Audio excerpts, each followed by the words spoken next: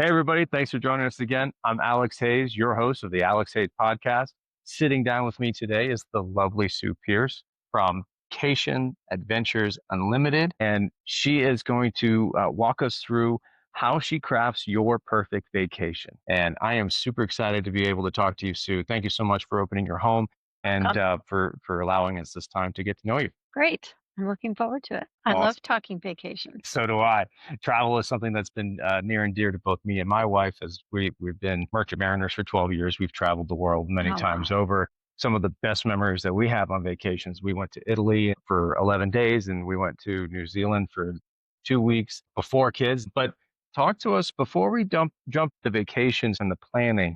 Talk to us a little bit about who Sue Pierce is and how did you come to have your own business in vacation planning? Well, I'm married and we have a combined family of 5 children and 12 grandchildren. Wow. So that keeps me busy. Previously, before I did vacations, I sold educational software to school districts. And my territory was the top 100 districts in the West, like the LA Unified, San Francisco, state of Hawaii, Alaska, anywhere in the West. And so I traveled a lot for my job. I was gone every single week, Tuesday through Friday. But it was, more domestic travel. But my husband and I, when we would take the opportunity to go on vacation, we would travel to Europe. We're both avid golfers. And so we did a lot of golf trips where we played golf in Love England, it. Ireland, and Scotland. And we even went to a course in Spain that the first day it opened, and Wow. we golfed with Pete Dye. It was very fun. And so we've always traveled. We've been to over 75 countries, and I just love traveling. So when I got tired of the education world, and I thought, well, okay, what am I going to do? I want to work. I can't just sit home. So I took a year and we researched travel agencies and settled on a franchise from Cruise Planners and bought that. Now I've been doing this for 13 years. My first year was bleak. I sold one cruise and it was to a friend who I think felt sorry for me. Oh man. But as time went on, I got more business. I did a lot of networking. And now most of my business is repeat business and established clients referring their friends. The last couple of years, we've done over 1,500,000 in business.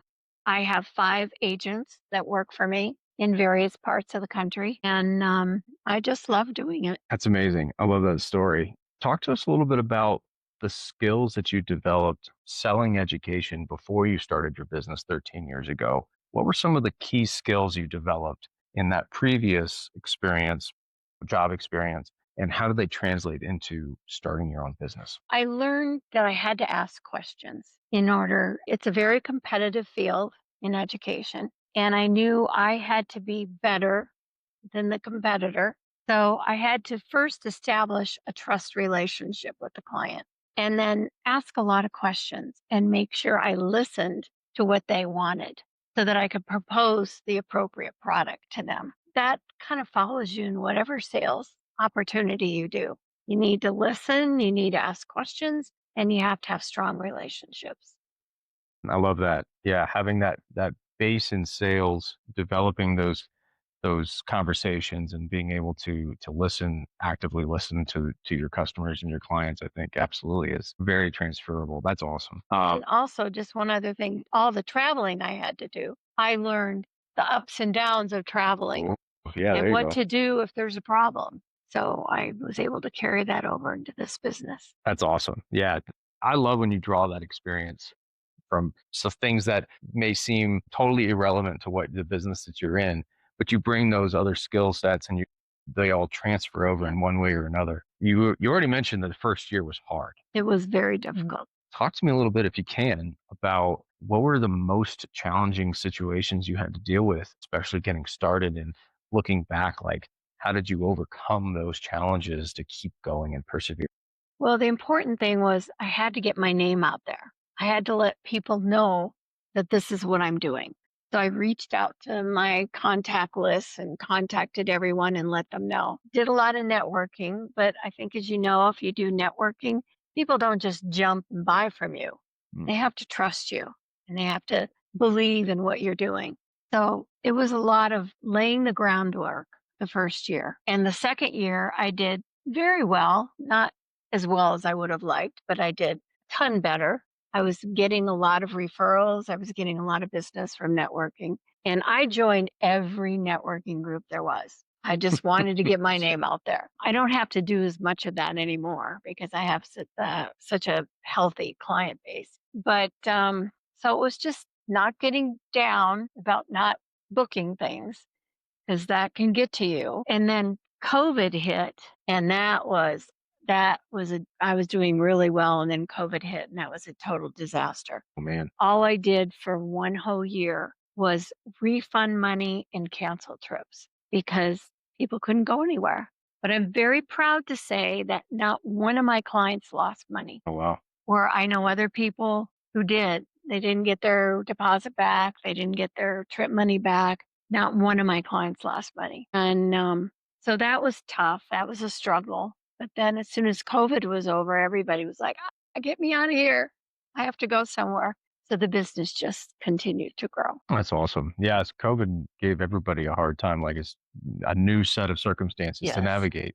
So that's awesome that you stuck to your philosophy of like people first there, Yes. and like make sure that everybody gets their money back so that when things opened up, they came right back to you. And I would yeah, have 3 phones going at the same time, calling vendors, telling them, "Hey, you have to give these people their money back.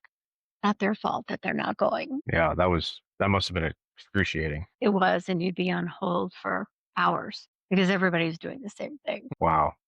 How did you find these network events in those early? I would go online and look at events, and I joined a BNI, and then I joined the Chamber of Commerce, and I joined a couple other networking groups. And I was in BNI for 11 years, and I joined the one when I moved here because we moved here 4 years ago. I joined the BNI here, but when my membership went up, I just said I'm not renewing. For those that don't know, what is a BNI? It's Business Networking International. Business networking. And it's a good organization because you're connected with people all over the world. And but I wasn't seeing the results here from the BNI group as I did in California. That's where I moved from. And it's not cheap to be a member. Okay. So I just thought, no, I can put my money elsewhere. And then I joined SMP, Strategic Networking Partners here in Prescott. I've gotten more business out of that than I ever did out of BNI in Prescott. That's amazing. So that's been good. But you have to get your name out there. You have to talk to people. You have to meet people and let them know what you do. And I have to tell you, my husband is the non-paid marketing manager. Wherever we go, he'll say to people, "Do you travel? Do you like to travel? Well, my wife has a travel business. Here's her card." And I've gotten business from that. That's amazing. Sometimes if you don't know, it's not intuitive that you have to go out there and get your name out. Right. I mean, sales is something that you absolutely have to do. And it sounds like you did it the right way. Like first you got to sell. But for a lot of first time entrepreneurs that are just coming from operators, that's not inherently obvious. Exactly. They don't know. Talk to me a little bit about your process of crafting somebody's perfect vacation, like especially in those early days. How has your process changed from maybe that first friend that booked with you that first year to say today when you're crafting somebody's dream vacation? Well, I've learned a lot over the years. Because originally, I didn't know all the ins and outs of travel. I mean, I knew from my experiences, but I didn't know exactly how all this worked. So there were things that I would forget to do, or there were things where I didn't really listen properly to say their budget. And I would propose something that was out of the realm of their budget. And I've learned more about the vendors that I have. I have over 150 vendors that I deal with. And so I know them very well. And I have my favorites, the ones I know I can go to, and they do a fabulous job. And so it's just learning products and learning what works for different people because everybody has a different travel style. Some are 5-star, some are 3-star, some are Airbnbs, which I do not do, but I do Verbos. And some want to do an apartment. It just depends on what they want to do. And then also, what's their activity level? The elderly people aren't terribly active. So they're better off in a private tour or a small group tour. There's not a lot of walking, a lot of moving pieces. So, I mean, it was learning all of that and learning who the best vendor would be for the right person. And Absolutely. that takes a lot of time and a lot of webinars and How- meeting with vendors. I appreciate you bringing up webinars and education. Like, what were things that you turned towards in your 13-year process to help craft Sue Pierce and your style of travel planning? What were some of those educational things that you did? Well, a lot of it came from my own experiences, what I like in travel. I don't want any surprises. I want things to be smooth and what you plan. Of course, there's always going to be hiccups, but meeting with the vendors personally and talking to them about their product. And I think that was more important than the webinars because you get down to the nitty gritty of what their product does. And that's been invaluable. That's awesome. So not taking somebody high level, but you personally have gone and you vetted each of your vendors to make sure that you Hmm. understood exactly what their product Yep. delivered to their as for the experience to their clients. Yep. Yeah, that's an extra leg of research for sure. It is. And there's new ones all the time. I keep getting new vendors all the time that bring something different to the table. So walk me through your process of taking a new client. You have a new referral client. Okay. And let's say I'm your referral client. Okay. What would be your process for walking me through crafting my perfect vacation? Okay. So let's say you come to me and you say, I want to go on vacation. Well, my first question is going to be, where? And you're going to go, I don't know, anywhere. I just want to go on vacation. Okay. Well, what kind of travel do you like? Do you like land travel where you move from city to city? Do you like cruising? Do you like train travel? What is it that you really like to do? And so let's say you say to me, I prefer land. I don't want to go on a cruise. I said, okay, so now we need to narrow it down to part of the world that you want to go to. Are there any particular places that you are most interested in learning more about? And so let's say you come to me and you say Italy. Okay. How much time do you have to travel? How long was your trip? I have 2 weeks. Okay. That's good. Consider you're going to have 12 days in country and a day on either end for travel. What type of accommodations do you like? And you say, I like 4-star. Okay. And what is your level of how intense do you want that vacation to be? Do you want a tour every single day? Or do you want time off so you can just roam around on your own, do some shopping? Do you want private tours or shared tours? Do you want to drive or do you want to go by train, which is actually the best way to go through Italy is via train? How many places do you want to go? And you say, well, I don't know. What do you think? So I would then suggest the most important places. Maybe you fly into Naples, go to Pompeii, go to the Amalfi Coast, and then take the train and go to Rome. Spend some time in Rome. Rome is a fabulous city.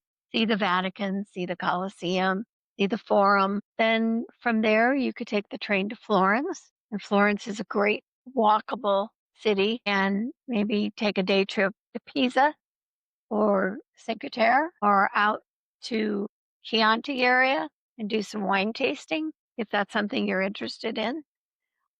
They even have bike excursions where you can ride a bike and go out there. And then from there, you could take the train and go to Venice and see Venice and then fly home from there. That sounds like an amazing trip. But here's the most important question. What is your budget?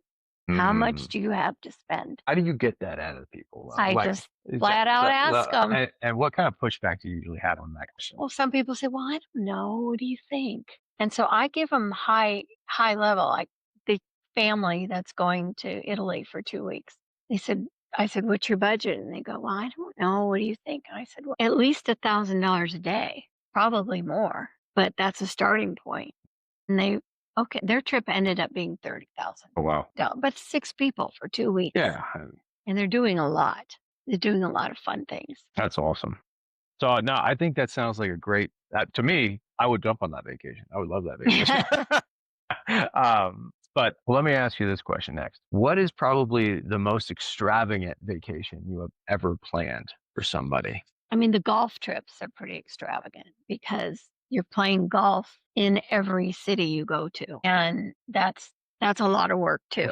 But I have one that I just worked on, just finished. They're going to France for a month, Wow. 2 people, and they're just doing a little bit of everything. They're starting in Paris, they're going to Normandy, they're going to south of France, they're going to Nice. They're doing a lot of different things. And that's pretty extravagant because for 2 people, it was $40,000. Oh, wow. Most extravagant, though, I would say, are safaris. Safaris. Safaris. Oh, wow. They're not cheap, they're expensive, but they are so worth it. I love it. I think that may be a bucket list thing for They're us is the so safari. amazing. So now that we know how you do it, I think it's really awesome to hear like the detail, the questions that you bring to somebody that they really have to think about. Who are maybe, let's say, your best customers? Are they business owners that need to get away for a little bit? Are they maybe some high paid professionals that are looking to take some time off? Like who's your best customer? I would say the high paid professionals. I mean, most of my clients are high end and retirees that have money to spend and time to go. I love it. For your business in particular, talk to us a little bit about your travel. I know previously you've mentioned that you just came back from a huge double whammy trip of Far East to We did 4 trips this year. We did a cruise to the Caribbean over the holidays, Christmas holidays. And then in April, we went to Asia and we went to Hong Kong, Taiwan, Korea, China, and Japan for 25 days. That was a long trip. That's a good. It was a very good trip and it was on a cruise. And that was the other thing we haven't talked about is how do I determine what kind of a cruise somebody wants to go on? Do they like the big ships that have the amusement parks on them and a million kids? Or do they like the smaller ships that are more intimate, more luxurious, and more inclusive? So getting back to my trips after Asia, then we went to the Baltics on a cruise. We started in Copenhagen and ended in Denmark. That area of the world is beautiful, just beautiful. And then we're leaving in December. We're going to the Panama Canal. So we have 4 trips this year. That's amazing. Usually we only have 2, but we had 4. You're getting it all in. And then next year we're going to South America. Oh, beautiful. I have not been there yet. My husband has, but I have not. So that was someplace I wanted to go. It's beautiful.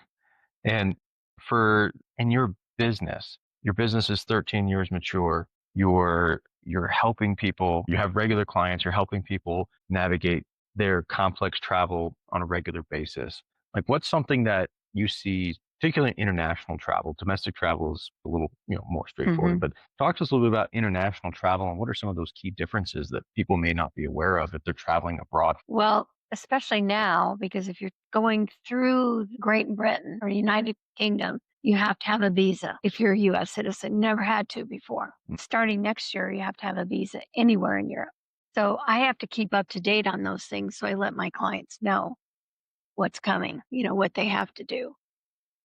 When you buy an international air ticket, it does not include the cost of your seat. It only includes the cost of you being able to get on that plane and fly.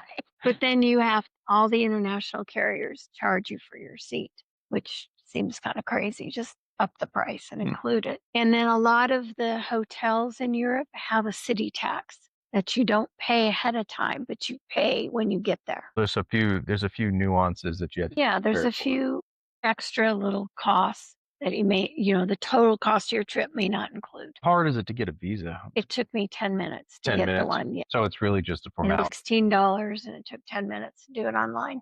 So it's a small formality, not really a hurdle. It's not a hurdle. Now, when we went to China, we had to get a visa. And that was like a 12-page document. We had to fill out our entire life story. And it took about 6 weeks to get it. Wow. And it was very expensive. Oh, wow.